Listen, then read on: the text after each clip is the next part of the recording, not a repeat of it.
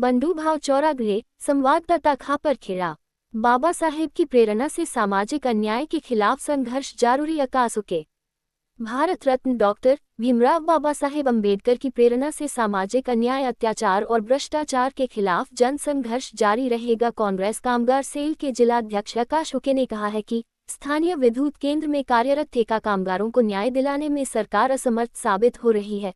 कांग्रेस नेता आकाश उके के अनुसार मेहनतकश ठेका कामगार मेहनत करता है और मलाई नेता लोग खा रहे हैं। उन्होंने बताया कि राजनेताओं के पीए सचिव का पगार कंपनी ठेकेदारों से वसूला जाता है, इसलिए मजदूरों को उनके हक से वंचित रखा जा रहा है। इस अन्याय और भ्रष्टाचार के खिलाफ कांग्रेस कामगार सेल का आंदोलन जारी रहेगा। कांग्रेस कामगार सेल अध्यक्ष आकाश उके ने आगे बताया कि यह सरकार का दुर्भाग्य है कि यहां बिजली कारखाना में ठेकेदारी कामगारों पर हो रहे अन्याय अत्याचार के खिलाफ कोई कार्रवाई नहीं हो रही है, जबकि सकारात्मक सरकार चलाने के लिए विरोधी पक्ष की सुनी नहीं जाती है।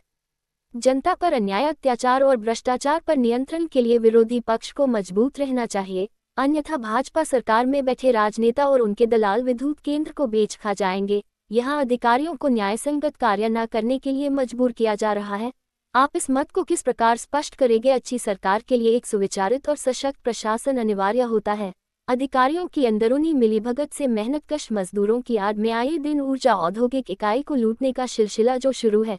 सत्ताधारी नेता कह रहे हैं कि महाराष्ट्र में विपक्ष थका हुआ कमजोर है।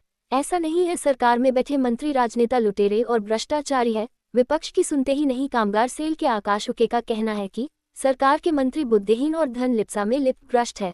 वहां की सरकारें अच्छे से अच्छे नेता के नेतृत्व में भी जन विमुख और निरंकुश हो जाएं तो किसी को आश्चर्य नहीं होता। उन्होंने आगे बताया कि भारत के तत्कालीन प्रधानमंत्री पं जवाहरलाल नेहरू के समय लोकसभा में विपक्ष में सौभाग्य से न केवल विद्वान और सिद्धांतनिष्ठ राजनेता उपस्थित थे, बल्कि उस समय की कांग्रेस में भी अपने नेता और शासन की आलोचना का साहस होता था। तब की कांग्रेस अपनी भीतरी आलोचनाओं को दबाती नहीं थी। हाँ, नेता थोड़ा बहुत नाराज हो जाए तो अलग बात है। पंडित जवाहरलाल नेहरू के समय विपक्ष का संख्या बल कम था, पर डा. श्यामा प्रसाद मुखर्जी, राम मनोहर लोहिया, आचार्य नरेंद्र देव, पीलू मोदी, हिरेन मुखर्जी, ज्योतिर्मय बसु और अटल बिहारी वाजपेयी जैसे विपक्षी नेता थे, जिनके प्रहार तीखे, जिनकी अपनी साख शिखर पर और जिनका संयम तथा विवेक पुस्तकों में उदाहरण देने योग्य माना जाता था। वर्तमान परिवेश में देश का दुर्भाग्य ही कहिए कि महाराष्ट्र राज्य सरकार की दुर्भाग्यजनक स्थिति है कि आज सरकार में साखहीन और तर्कहीन नेताओं की भीड़ है, जिनका प्रथम लोकतांत्रिक परिचय पारिवारिक सामंतवाद एवं विवेक और ज्ञान से मीलों की दूरी है।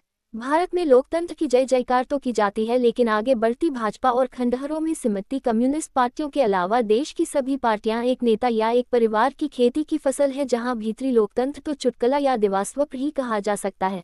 नेता या दल से बड़ा होता है देश, आखिरकार देश से बड़ा कोई दल या नेता नहीं हो सकता। देश है तो इन सब की राजनीति और लोकतांत्रिक व्यापार भी चलता है।